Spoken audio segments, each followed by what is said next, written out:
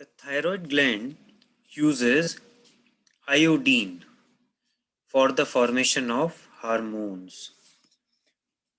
Thyroid gland दो तरह के हार्मोन्स सीक्रेट करता है, T3, T4 और कैल्सिटोनिन।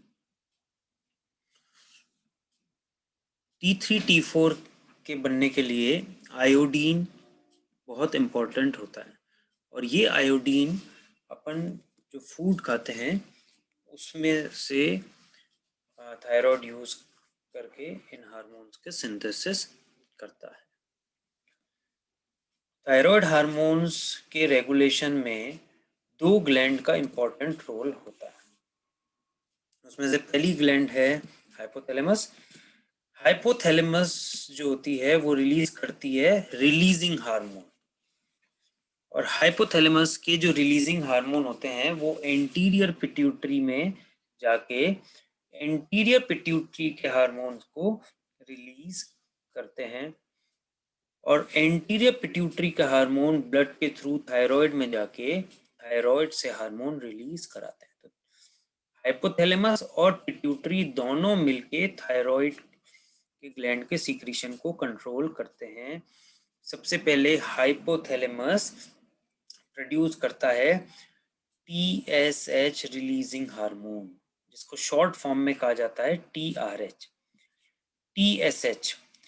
TSH पिट्यूटरी से सीक्रेट होता है, तो इसलिए इसका नाम है TSH को रिलीज कराने वाला हार्मोन, TSH रिलीजिंग हार्मोन। तो हाइपोथैलेमस सीक्रेट करता है TSH रिलीजिंग हार्मोन, जिसको TRH शॉर्ट फॉर्म में कहा जाता है, जो जाके पिट्यूटरी को सिग्नल करता है। And we have to remember that hypothalamus controls only the anterior pituitary.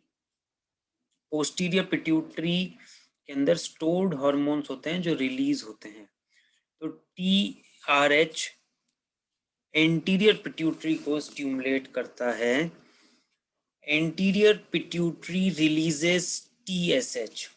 Anterior pituitary thyroid stimulating hormone release करता है, which tells the thyroid gland to produce more or less of T3 and T4. T3, T4 कितना secret करना है, कम करना है, ज़्यादा करना है, ये सारी चीज़ें एंटीरियर पिट्यूटरी से रिलीज जो हार्मोन रिलीज होता है थायराइड स्टिमुलेटिंग हार्मोन, वो जाके थायराइड को बताता है। सो अगर थायराइड ग्लैंड का प्राइमरी फंक्शन देखा जाए, इस primary function is to produce thyroid hormone T3 and T4 following stimulation by thyroid stimulating hormone.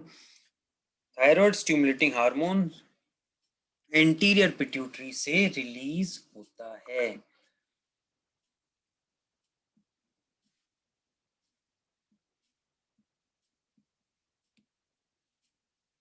Feedback loops, this is very important कि थायराइड ग्लैंड के सीक्रेशन को फीडबैक्स से कैसे कंट्रोल करते हैं।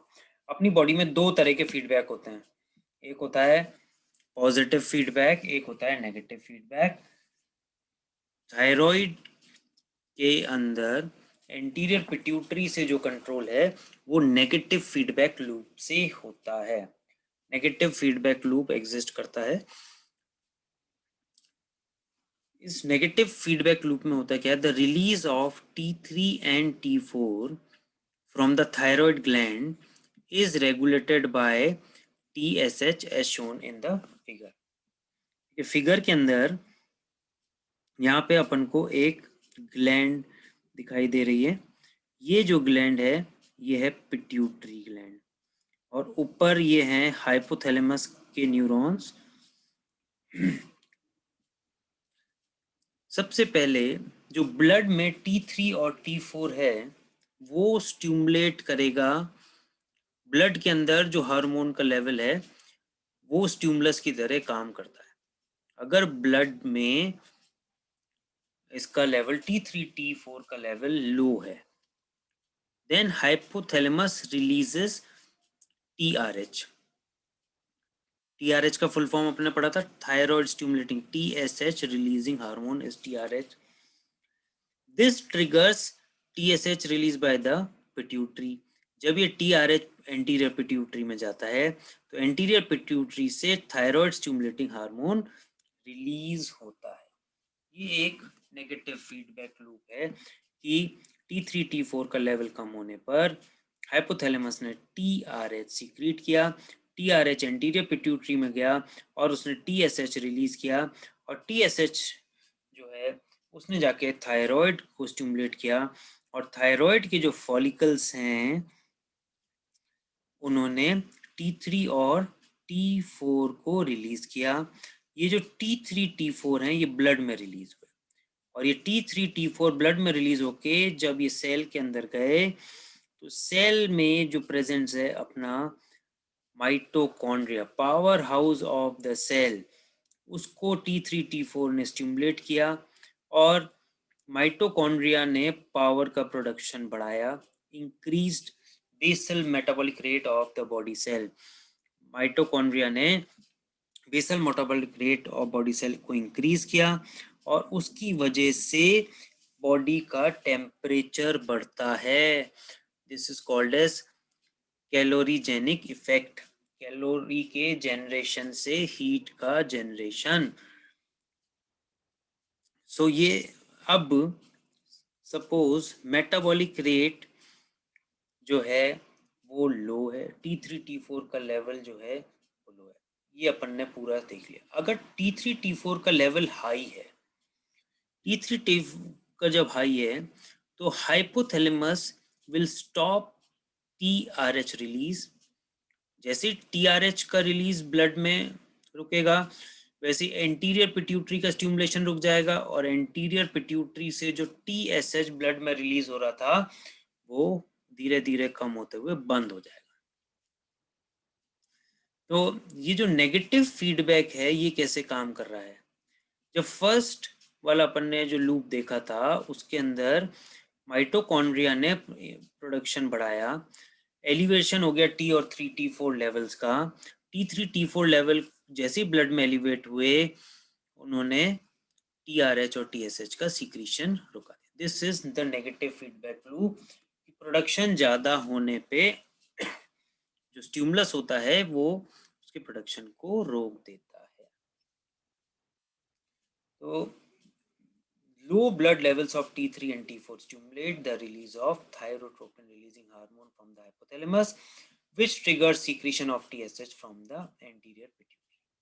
In turn, TSH stimulates the thyroid gland to secrete T3 and T4. The levels of TRH, TSH, T3 and T4 are regulated by a negative feedback system in which increasing level of T3 and T4 decrease the production and secretion of TSH. This is important. Negative feedback system in which increasing level of T3 and T4 decrease the production of and secretion of TSH, and which lead to low secretion of T3 and T4. Parafollicular cells are a subtype of neuroendocrine cells. See, we studied that thyroid secrete two types of hormone, thyroxine and calcitonin. So we have studied the secretion of T3, T4. Now we will study the secretion of another hormone by thyroid, which is thyrocalcitonin or calcitonin. So parafollicular cells, see, it is secreted by parafollicular cells. T3, T4 are secreted by the follicular cells. So this is the difference. Parafollicular cells are subtype of neuroendocrine cells. Apod cells, which are also called as Apod cells, amino precursor uptake and decarboxylation system. Apod system that produces thyrocalcitonin. This hormone aids in the regulation of blood calcium level. T3, T4 basal metabolic rate को control कर रहे थे. Calcitonin नाम में आ रहा है calcium. So this hormone aids in the regulation of blood calcium levels by down regulating bone reabsorption, breakdown of bone and subsequent release of minerals into the blood. Bone में से ब्लड में calcium के आने को कम करते हैं और limiting calcium reuptake, kidney में कैल्शियम के रीअपटेक को भी कम करते हैं। तो मेनली इसका काम होता है ब्लड में कैल्शियम के लेवल को कम करना। This is important about the secretions of thyroid gland.